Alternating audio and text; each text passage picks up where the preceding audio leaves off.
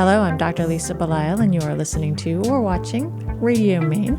Today, it is my great pleasure to have with me Bud Stiker, who is very well known, actually, internationally within the radio community. And he's here to explore creativity and the human spirit, as we do every week for all of our listeners. And we are sponsored by the Portland Art Gallery, as always. And that is, in fact, how I met Bud, although surprisingly, our paths have crossed in other ways previously. That's right. Because of our long-standing set of Yarmouth connections. True. Your mother and father, especially now at Blueberry Cove. And putting the two together with you was just brilliant. And seeing your nieces and nephews and all the family at the pool, they simply take over the pool. So it's the Belisle pool. It's no longer just the community pool. It's good fun. Yes. Well, so I should back up and say we have, for the first time on the Radio Maine set, we have a birdhouse in here with us. Do. So this was the initial way that you and I met, is that you were at a breakfast that one of our artists, Paige Eastburn O'Rourke, was at, and she happens to be a friend and neighbor of yours. Correct. And I would love to hear the story about this birdhouse. I was working in Dallas for 4 years, and when I left, one of the things I brought with me was a KTXQ license plate.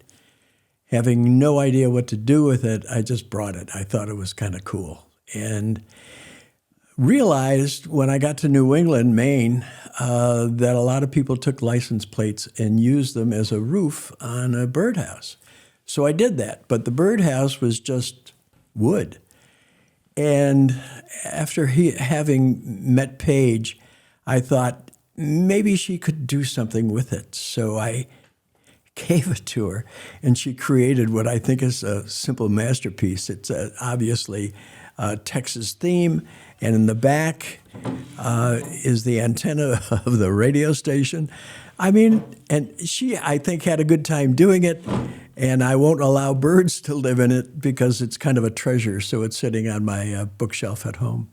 And I love that when you were talking at the artist dinner, or at the artist breakfast, I should say, at the Cumberland Club, that this, you said, was your regret that you hadn't actually brought this with you, that you had this treasure that was at home. Yeah. And that you are now making all the world to see, externalizing the art. Well, as I mentioned, I could auction it off for a charity for starting at $1,000, and we'll go from there. Oh, please do not start at $1,000. This is worth far more than that, should you ever want to give it to somebody else. But I think I'm interested in, you've had this long and storied career in radio. Yes. And what I loved hearing about when you were describing all of the transitions you had been through is that despite the fact that things were a certain way when you started and were a very different way, or are a very different way now, Correct. You kept showing up. You kept figuring it out. You kept making accommodations. You kept dealing with what was in front of you. I think I used the term reinvented myself often during my career from a disc jockey. That's how I got started. And realizing, and I wasn't the only one realizing it, that I was not a terrific disc jockey. So I used to sell advertising at the radio stations that I worked for to support my habit as a disc jockey, and that's how I kept going for a long time. And then you get married and you realize you really need to make more money. So that's, again, I started as a salesperson, then sales manager and general manager of radio stations around the country.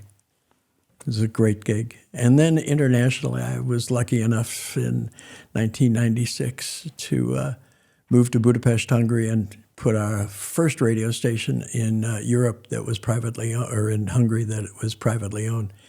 Yeah, and then Moscow for a little over a year, and then traveling around the country, teaching sales marketing for radio stations. And then somebody asked me about my life, and I said, I've just been lucky. I have been extremely lucky. I'm lucky I lost my first wife to cancer, but I was lucky to have married her. I am lucky to be married to Susan, so You're looking and talking with a guy who has been extremely lucky in his life and very grateful for it. I think so much of what you're describing has to do with the framing. I mean, the idea that you're finding yourself to be lucky despite having had to go through some pretty significant difficulties, it has everything to do with the way that you have looked at it, and it has everything to do with the way that you've approached it. Because people can take different directions. They can choose to deal with things in a way that's not as positive, perhaps, and not feel fortunate. And that is certainly their right. But that's not the way you handled it. No, I think one of the best pieces of advice I ever got, Lisa, was from a priest at Niagara University, where I went to college. And I wanted to be a disc jockey, and I was talking to him about it one day, and he really liked me. For whatever reason, we got along well. And when he said, well, why don't you just go be a disc jockey? I said, Father, they really don't make any money, and on top of that, you've got to have experience. They're not going to hire you without experience. So he said, well, what if you were independently wealthy and you didn't need the money? Why don't you just start looking? And so I did. I drew a map around Buffalo, 50-mile radius around Buffalo, and called on every radio station and knocked on every door. And the door that opened was in Wellsville, New York, a little tiny town, 8,000 people. They had just had their daytime guy leave, and I walked in the door that day, and they hired me on the spot. I wasn't very good, but it was a job, and it was my first job in radio.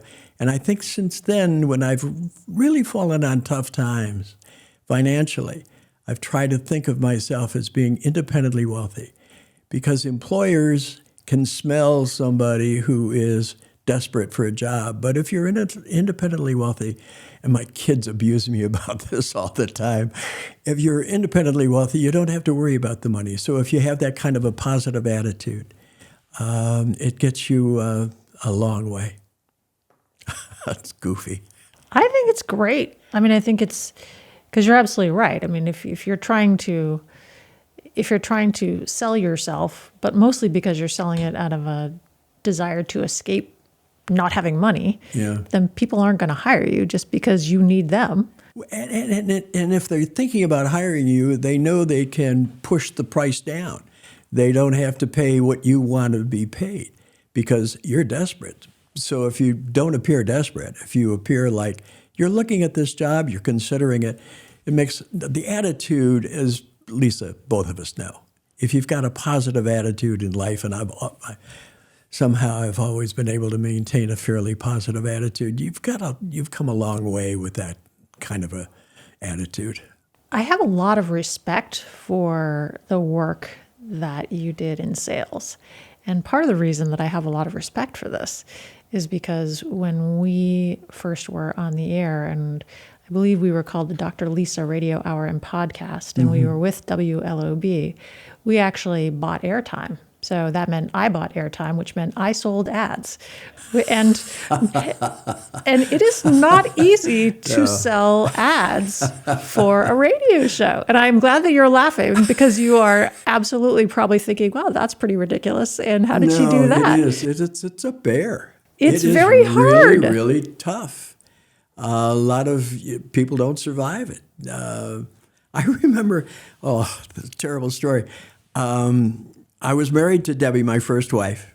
We went on a honeymoon. We came back from a honeymoon. I was a disc jockey at WNDR in Syracuse. And I got back from my honeymoon, and the owner of the radio station was at the radio station when I was there to do my shift. And I was surprised. And we talked about the honeymoon, went to New York, saw plays, all of that. And he said, Bud, I have some bad news for you. And I said, what could that be? He said, you're not a very good disc jockey, and today was your last day. You're not going back on the air. I had to go home. My wife of 1 week is putting together the apartment, putting dishes away and everything. And what are you doing home? I thought you were going to be on the air. And I said, Debbie, I've just been fired. And honest to God, I can't imagine what went through her mind. We never talked about it afterwards. She was the daughter of of a physician, 2 uncles and were physicians. Another one was a lawyer. It was a very solid family, not used to a son-in-law having been a disc jockey and just got fired. So she said, "What are you going to do?" And I said, I'll apply for a job as a salesperson at the station. And that's what I did. And the day I applied for the job, Leo Rosen, the sales manager, said, "I'll give you 13 weeks. And if you haven't sold anything in 13 weeks, I'll fire you too." That's a lot of pressure. But again, I was lucky and I started to sell. The problem was I just wanted to sell to get stuff on the air. I didn't care whether it worked or not. I just needed to get it on the air. And that's one of the problems facing, I think, any creative in broadcasting, newspapers, advertising, is to make sure that the commercial works for the advertiser. It's a big step. Anyway, that's a lot of life. I love hearing that you were prompted to figure this out because you had to. Oh, yeah. I mean, you have a new wife. Yes, indeed. You don't have something else to bring money in. So you figured it out because there was that imperative to do so. And there was not necessarily a clear path. I'm not sure imperative is the word. Desperation is the word. I mean, okay. Yes. Yeah. I mean, I think my husband being a small business owner as well, this is what he tells me about. He tells me about getting to a place in his life where he literally had a jar of pennies and sat on his folding chair in the middle of his dining room and had no money at all. And so the way that he made it from point A to point B was to just keep showing up, keep knocking on doors, keep figuring things out. And there wasn't a magic to it. It wasn't like somebody's giving you a degree in how to do this. It is, I have this thing and I need to figure out the path forward. Yeah. So when you say you're lucky, I think you do make your own luck. Yeah, a lot of hard work goes into being lucky, I think. Yeah. So I also like the idea that you are trying to, you move from a place where you're trying to meet the need of the radio station, where you're trying to actually meet the need of the people that you're selling airtime to. Yes, yeah. And I think that actually really is important because they need to feel like there's a value on both sides. I think one of the things that I missed about radio is the creative side. A lot of radio salespeople write their own commercials, and they're not talented enough to do that. It takes a lot of talent, a lot of creative talent to write a good radio commercial. Frankly, television's easier because the picture says 1,000 words, but radio, you've really got to get into the heads of the people, and that's done by creative. And so I've usually at radio stations, I've always gone out to try to hire comedians just to come up with some creative commercials that are funny, but also get the point across that this guy's got a sale going on. Whatever it is, you try to be as creative as possible. And there's program directors, there's sales managers, and I think most radio stations should have a creative director helping salespeople create great, strong ads. And I think, doesn't it come down to understanding people and understanding what people want and need? I mean, I'm pretty sure you wouldn't have become an international consultant just by virtue of some sort of formula on how to do sales. I mean, you have to understand people and the need and where you're trying to get to. One of the joys of my international stuff, Lisa, was the fact that many of the broadcasters there, all over Europe, had come to the United States and listened to radio here and copied it for there, which was fine. And their programs sounded good, but they had no clue of how to sell it, how to market it. So that they had these radio stations that were targeted for 18 to 24, and they're going out and calling on banks, et cetera, and that's not the target. So they never figured out this is what you have to do, and that's where I came in. And it was fun being able to show them how to go about marketing their radio stations and targeting their audience and targeting their commercial content. It's great. I have had a joyous life, and my kids, some of them have been very envious that at age 15 I knew what I wanted to do and did it. And they said, not very many people can do that or say that. And I've been lucky enough to be able to do it and say it. So when you were 15, you knew you wanted to work in radio. Yeah, I love big band music, and I had a Glenn Miller collection. And my sister and I were doing dishes one afternoon, and I was listening to a radio show, and the guy was playing Glenn Miller songs, but they were only standards. So I said, I called him up, and I said, I've got this 5-set album of Miller, and playing songs that you never hear on the radio. He said, well, why don't you come out at the station next Sunday, and we'll play some of them. So I did. Honest to God, there he is sitting behind glass in front just like we are, talking just like we are. There's an engineer playing the records, and all he's doing is talking, and there are girls out in the lobby waiting for him to get off the air, and I'm thinking, wow, this has got to be a job for me. And at age 15, that's exactly what I wanted to do and never wavered. My mother's family was in the plumbing business, and she always wanted me to be a plumber. Whew, anathema. My gosh. And there is some element of what you're describing of just being open to the opportunity. Yeah. I mean, you talked about when you needed to sell, or when you wanted to enter into radio, you knocked on doors until one opened. Yeah. And then you're in this situation when you're 15 and somebody says, okay, I have this opportunity, and you say, okay, I'll go. Yeah. And I think there's a little bit of a needing to have, I guess, willingness to take a risk, but also have a little faith, and that you're moving towards something that maybe you don't really understand, but you have to keep showing up to put yourself in the position to take advantage of an opportunity like that. That's right. Want me to comment on that? I would love to have you comment on that. I think one of the things that I think about as far as my career is concerned, and looking at other men and women who have had similar careers, as much as I would like to say it was relatively easy, some of it was not relatively easy. There was a point in time in Baltimore, Maryland. I had just been at the radio station 9 months. Our youngest child, Samantha, was 6 months old when the station was sold, and I was out of a job. And with 5 kids, 2 mortgages, because we had not yet sold our house in New York, it was scary. I mean, it was frightening.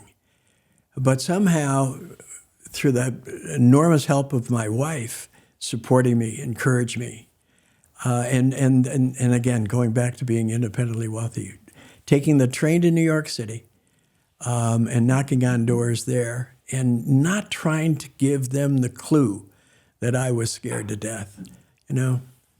I guess I developed that talent. Speaking of being scared to death, one of the ways, and this is a little bit of a strange segue, so bear with me here. One of the ways that you said that you have interacted with my mother is through a car fire. You have a car that actually caught on fire. My mother called 911. I don't want to tell the story for you, but I think it's pretty dramatic. Well, along with the license plate from KTXQ in Dallas, my going away present was my car. The stations always give the manager of the station a car to drive. And they gave me this car, and it was a 1979 Volkswagen convertible. It's red. It's parked outside now with a white top. Just gorgeous. And I've had it ever since. And I've taken good care of it. It's now an antique, and it is, in my mind, just a priceless car. So one day, 2 Junes ago, I was turning a corner on Spring Street, and there was smoke and then a fire, and the back of my car just was in flames. And obviously, there wasn't anything I could do, but fortunately, your mother was there. She called 911, and those people came very quickly, put it out, and I've had it restored.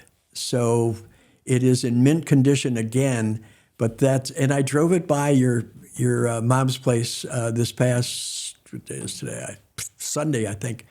and had her come out and take a look at it because it meant a lot to me that she was the one that called 911, and I wanted her to see it. And I think that story just describes to me the kind of strange and interesting way that people intersect. You know, Yeah. I mean, you and I were talking for a while about many things before we realized that you actually live not that far away from my parents. And not only that, but I knew your adopted children because your wife, Susan, her kids had gone to school with my family in Yarmouth and had gone through their own set of tragedy with her first husband. Oh, and Mark. So her first husband passed away. Her daughter passed away. Yes. And it's always so interesting to me that these sort of strange and serendipitous events happening. Like how would it possibly occur that you're sitting next to me in this breakfast, and yet we've already kind of connected multiple ways and yet before at the then. same time, it indicates some of my lack of awareness in that, and I think I mentioned this to you, I've listened to your show. I've listened to it and enjoyed it a lot. I love the Dr. Addiction person you had on. And yet I never connected your last name to Charlie and your mother. I just simply didn't. I don't know why, but and then now we're sitting together at that breakfast and, how stupid could you be? Of course. And not only you, but your brothers and your sisters, everybody. It's just knocked me out. Good connection. Lots of good connections. Yeah. And an even better one. And actually one of the reasons why I finally tipped the balance and I said, well, I need to have Bud on the show.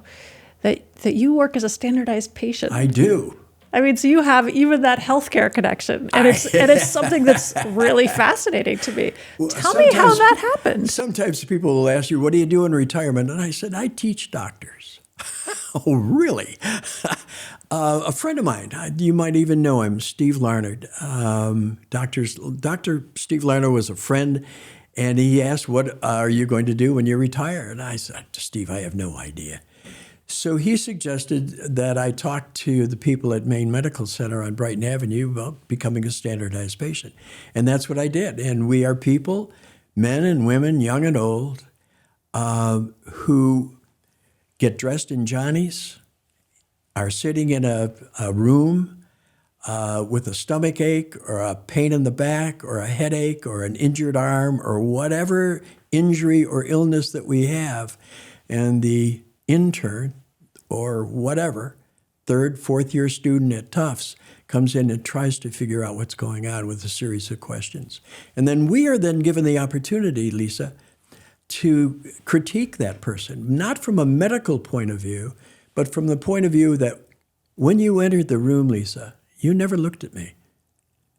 And the eye contact was lacking during the whole interview. That's what I would concentrate on from now on. Think about that. Talk about the good things that you did, Lisa, but also talk about the things that you need to work on. That's the role that we play, and it's an important role. We always get compliments from these young students. Terrific stuff. You told me a great story about being with a woman and having the scenario be that you had lost a child. The scenario was that we were grandparents of a 4-year-old granddaughter, and we had just come back from shopping, and both of us were getting grocery bags into the house. And our granddaughter got out of the car and walked in the street and was hit by a car. And of course, the trauma of all of that, but we get to the hospital, and now the intern, the student, comes out and has to tell us bad news. Being a physician, you know that's probably one of the most difficult things you could do, is give bad news about your husband has just died. But to give you the bad news, the kid you were responsible for, 4-year-old granddaughter, is now brain dead, and there's no chance of survival. My wife looks at me and says, I told you time and time again to put that fence up properly. And I go back, and the doc is sitting there wondering how to navigate this horrible scenario. And truly, it lasts maybe 20 minutes, But they always learn something, and all three of us usually wind up in tears at the end of it because it's so believable after a while. And those are the kind of things that you can do as a standardized patient, and the practice that they get from that experience is priceless. And that's what I love about this idea that you have an entire professional background around understanding people and around communicating. Yeah, I do. And you're bringing this into a very different situation, but a very important situation. So when you're talking with somebody who is a learner in the medical field, you're coming at it both as the standardized patient, but also as somebody who has a long, long history in communications, in understanding people, and some of the very basic things that maybe don't necessarily get focused on in medical school or in residency, like eye contact. Yeah. Smiling, body language. Leaning forward. Leaning forward, exactly. I mean, these things that maybe don't get the focus because we're so busy talking about biochemistry and pathology. Yeah. Using medical terms that I wouldn't understand in a million years. So you have to boil that down to terms that I understand and to be able to express that later. Whereas a normal patient, whatever that is, would never critique the doctor afterwards. And sometimes don't even say, wait a minute, I don't understand. You know, doctors can be intimidating. And it's not a healthy situation for them to intimidate people. And so one of the roles, I think, is to make them a little more human, a little more conversational. What are some of the surprises that people have shared with you as an intern or a third or a fourth year student? What are some of the things that, I guess things that you're surprised by or things that they're surprised by that you would have thought, oh, well, that just makes sense. But then they bring it up to you and you're like, oh, that's interesting that they wouldn't have thought of that. I think one of the most challenging young doctors that I had was a young man who stuttered. And it was a serious stuttering that he was dealing with. And so we went through it, and I was very patient because there's no alternative really. And at the end of it, the only thing I could think of is to say is, doctor, in the future, think about this. When you walk into the room, simply say, I stutter, but I am a very good doctor. You can trust me. And that sets the tone. And then you can sit back and relax, and you don't have to think about the stuttering. And he had tears in his eyes. No one had ever suggested that to him before. That's so powerful, that idea that he still is very strong as a clinician. Oh, sure. Rather than looking at himself as somebody who comes in from a place of deficit. Yeah. You're saying, I mean, I can listen. I can still be a good doctor. I am a good doctor. Yeah. And in fact, maybe even a better doctor, because this is a person who truly understands not being understood. So have you noticed any changes over the last, you've been doing this 20 years now? Yeah. Yeah. So from the beginning of when you were doing this to now, and I know that they've obviously changed the different scenarios they give you with different ages, and, you know, as you've evolved as a human, you might not be as believable as a 20-year-old guy anymore. Lisa, I am now categorizing myself, the demographic, into those that are dying. So I have all sorts of issues that, you know, they've got to deal with. I've got 6 months to live or 3 months to live or whatever. This pancreatic cancer is not going to go away, et cetera, et cetera, et cetera. So that's my challenge. And my gigs are getting shorter and shorter because of, you know, they don't have that many test cases where the patient is going to be 75 plus. I used to be able to get away with 60, 65, but I can't do that anymore.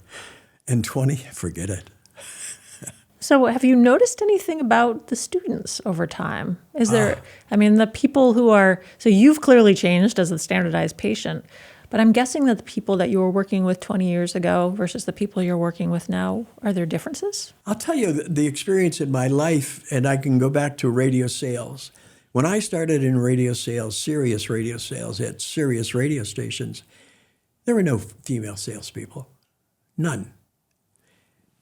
Fast forward to today, the majority of sales departments are female. And when I grew up, I don't think I ever saw a female doctor. Certainly never saw a woman of color. But today, that scenario has changed. And what I've noticed over the years, working in radio, women make great salespeople. They simply do. And I think the reason for it is they're empathetic. They listen. Us, not so much. Them, a lot. And the same goes for doctors. A woman doctor, I would much rather see a woman doctor than a male doctor, and that's my prejudice. That's, tough baloney if you can't handle that. And I go to a woman doctor now, and she is priceless. So that's the big difference. That's the change that I have noticed in both industries over the years. Well, obviously, I can't disagree with you, being a woman doctor myself, and also having been in radio sales to some very minor extent. So I appreciate that level of empathy. And I also wonder if you have more people, no matter what their gender is, who are empathetic, who are in any given, or listen better, or communicate better, who are in any given role, can't that be the way for all the boats to rise? Oh, absolutely. Yeah. And I think it comes with education, because you people go through an enormous amount of education. And I don't know how much education you get as far as actually having a conversation with a patient. And it's critical. It's not terribly healthy to sit down with a doctor and he or she is banging it out. Relax. Let's talk. And I know there's a time constraint. And I know the insurance companies put an enormous amount of pressure on physicians today. But it's still terribly important to have a conversation with your patient. I mean, I think that it's probably the most important thing, because you can gather the information and the data bits that go into the computer that will satisfy maybe the people who are measuring things that need to be measured. Yeah. But if you don't have a conversation and you don't build trust, then there's really no point in getting together at all, because as the patient, there's a very low likelihood that you're going to leave feeling satisfied and engaged in your health to the same extent. That's true. That was a sigh. My wife and one of my sons said, well, what are you going to talk about? I said, honestly, I have no idea. And normally you would prepare for an interview like this. And I decided that I've seen enough of your shows to see how you handle and how they handle you. And I thought, I'm just going to go in there, and Lisa and I are going to wing 30 minutes or whatever. Have a good time, relax, enjoy it. Hopefully somebody will get something out of it, So how are we doing? I think we're doing well. I think I'd give us about a 9.5 out of 10. Okay. As somebody who likes to get the 10 out of 10, how can we do better? Keep practicing. Keep practicing. Yeah. I love that. Yeah. The old joke about how do you get to Carnegie Hall? You practice, practice, practice. It's true. In your job and my job. And one of the things that in the radio industry, you would have case studies, so that you would do something like you're at a cocktail party, Lisa, and you've just met somebody who has just moved into town and is opening up a furniture store. And you work at a radio station, Lisa, and he's invited you to come by his store tomorrow. What are the first things you start talking about? So then you role play that, and as soon as Lisa gets to meet this guy, she starts talking about the radio station. Wrong. And then you educate them, this is what you need to do. How did you get into the radio or the furniture business? Were your parents in it? Why did you move here? The conversation, you ask questions. It is so true, and you've probably run into this. You go to a cocktail party, Lisa, and you meet somebody, and you ask that somebody questions. He or she leaves the cocktail party and says, I just met Bud Stiker. He's terrific. That person never asked me a question. And that happens more times than not. And I'm not terrific just because I ask questions, but very few people do that. And, David Borders has a great book out on the art of a conversation. And I've read it front to back. And it's important for all of our industries, for all people, all the time. To get to know somebody, you got to ask a lot of questions. I don't think I've read that book, but now I feel like I need to. Since I spend you handle conversations pretty well, Lisa. But I could always learn. I've got that 0.5 that I'm going to work on. I do think that what you're describing, it reminds me of a recent conversation I had with a person who wants to be a leader in medicine. And I want this for that person. And I was asking, well, how do you handle situations that feel uncomfortable? And how do you build trust? And she described the way that she had been handling it. And I said, well, how do you handle situations that are outside of medicine? And how do you build trust? Mm-hmm. And she said, well, I get to know people. And I said, that's the same. Yeah. That is what you need to do, and to understand them. Yeah. And in order to do that, you need to have a conversation. That's right. And so I think that there's sort of simultaneously, it's not so hard, but the hardest thing in the world to move beyond yourself and to ask the questions that you're talking about. Yeah, I agree with that wholeheartedly. You must know I would agree with that wholeheartedly. I mean, I can usually tell a kindred spirit, let's be honest. So even before I knew you knew my mom and my dad, and that Your dad, Charlie's a trip. He really is. I love the guy to death. And what he has gone through physically, health-wise, and his attitude, he's got to be an inspiration to all of you kids and his grandchildren, really. He is a trip and a half. I love the guy. And talk about a guy who is all about conversations. Yep, that's right. Even when he was coming out of surgery, he was asking, as soon as he was in kind of enough of a space where he knew where he was again, how's your day going? How's your day going? How's your day going? With other people. He's the patient in a hospital bed, very close to having lost his life, and he was more interested in what was going on in other people's lives. That's great. That is just great. I guess I feel pretty lucky because I have a great dad, and I also got to sit next to somebody who knows my great dad and also thinks he's a great person. So he is. You and I both know, because we have friends who do not get along with their parents, who do not get along with their siblings. And it isn't always luck, Lisa. It's a lot of hard work sometimes to overcome, let's say, the voting pattern of this person and just saying, okay, I'm going to not talk about that. I'm going to love this person and like this person for whoever he or she is. And usually it's a brother or a sister or a father or a mother or whatever. But you have to work at it. It's not just luck. So I think that brings us back to the beginning of the conversation where you kept talking about how lucky you are in your life. Yes. And clearly you are lucky. And also, I'm guessing that you also put the work into it. I did. And you put the work into having conversations and getting to know people and asking questions. When I adopted Susan's 3 children, it was not easy for them or for me. And certainly not easy for Susan. And then we lost Laura. But to know the relationship I now have with Nick and Tim and their wives and their children, that all of us overcame some stuff because we wanted to and put in the hard work for it and try to listen and not be so damn judgmental, It's been a life. I feel very blessed that I sat down next to you at that artist breakfast. Likewise. And I'm kind of jealous, honestly, of your birdhouse here. So it's going for over 1,000 now. I would pay more than 1,000.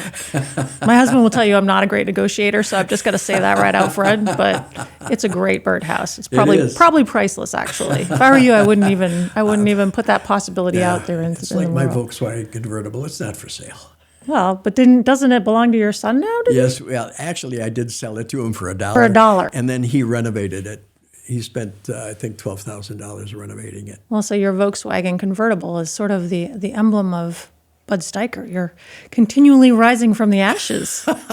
And he is of a generous spirit and very busy, so I'm driving it all the time now. And he's cool with that. More the better. Yeah, oh yes, I agree. I really appreciate your following up on our earlier conversation. Been a delight, Lisa. Yes, I've enjoyed it very much. I have also. I'm Dr. Lisa Belisle, and you have been listening to or watching Radio Maine, sponsored by the Portland Art Gallery. Today I have been speaking with Bud Stiker, who is a longtime international radio consultant and also happens to be the neighbor of my parents, which is probably the more important thing in my mind, but a fan of one of our artists, Paige Eastbourne O'Rourke, and I'm hoping that I've really enjoyed my conversation. I hope that Bud will show up at one of our art gallery openings and that those of you who are watching, maybe we'll get a chance to talk with him because he is a delightful individual with many, many years of wisdom and many years left to come, I would say. Thank you, Bud. Thank you very much, Lisa. I enjoyed it.